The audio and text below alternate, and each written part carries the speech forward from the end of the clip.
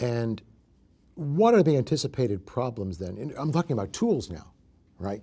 You're talking about tools to measure a pathway. We really should be talking about, it seems to me, tools to measure adherence to the pathway that the person says he's using or she says she's using, right? That's at least a big part of this. So how do you measure adherence?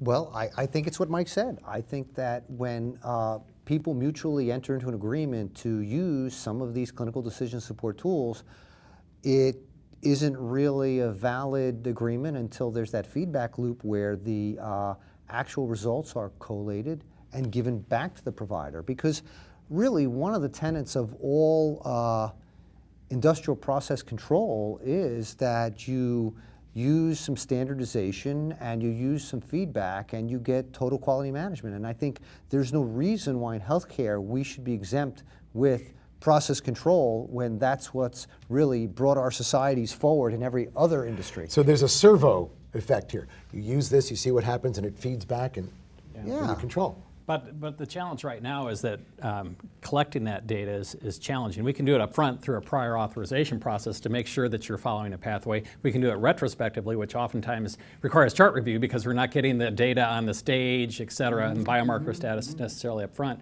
But I think that it's becoming even more challenging because with the advent of personalized medicine and specific biomarkers, the number of branched pathways is increasing. But it also allows us to more accurately define whether or not patients are getting the designated therapy. Yeah, I think actually that's an argument for more systematic support as a physician. If I were in practice today, I would want a lot of that support because these genomic markers for somatic tumor characteristics, there's a lot of them. Yeah. I don't want to rely on my head for that. Yeah, in fact, I wonder if in the future what we're going to be measuring is whether or not patients got treatment that was consistent with their genomic profile rather than being treated by a specific pathway. You can tell, it seems to me, how deeply ingrained the image of the physician as the lone practitioner out there is. Take a look at a projection into the future in Star Trek. What does Dr. McCoy always say?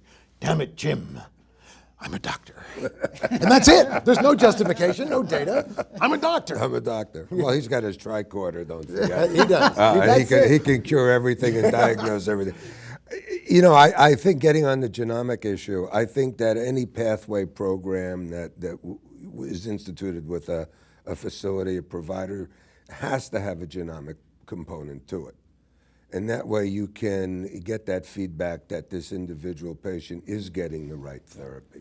Now, when you say that, do you mean collecting the data for future use, or are you talking about? No, I'm making certain that if someone with breast cancer, the entire profile is done with lung, the ALK, EGFR mutations done, things along those lines where we know we have actionable genomic mutations that can be used for targeted therapy. Okay. That's what I'm referring to. I also think that... I think there's a lot of accountability that goes in that also, though. I would just argue that I think that there has to be some intention to treat on the front end before you begin ordering all these mutations that you may never intend to use at all. And I think that there also has to be some connectivity in the system where that information gets in the hands of those folks who are in the position to make medical decisions. We've seen, in our experience, and I'm not an intern, in our experience, we've seen a lot of, we've got a lot of example of where folks have ordered the tests, therapy's been started, test never showed up. When you go and ask the question, what happened, you don't get good answers. So there's some... I'm not even going to go there. Well, I think that's right. But in today's day and age, not to order these tests, at least having them up front.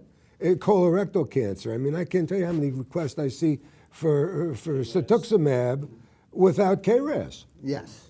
And at least if you've got it up front, and the patient progresses and evolves, at least it's there. But if I heard what you said, it's not that they don't order it, they don't look at it. Well, not only that, but if they weren't even going to consider treating the patient to begin with, why'd you order to begin with? Well, if you're not thinking about treating the patient, then all the data in the world is worthless. Right. Let me just throw the traditional... So that's true. I'm assuming that you are going to treat the patient in some fashion. Let me just throw the traditional...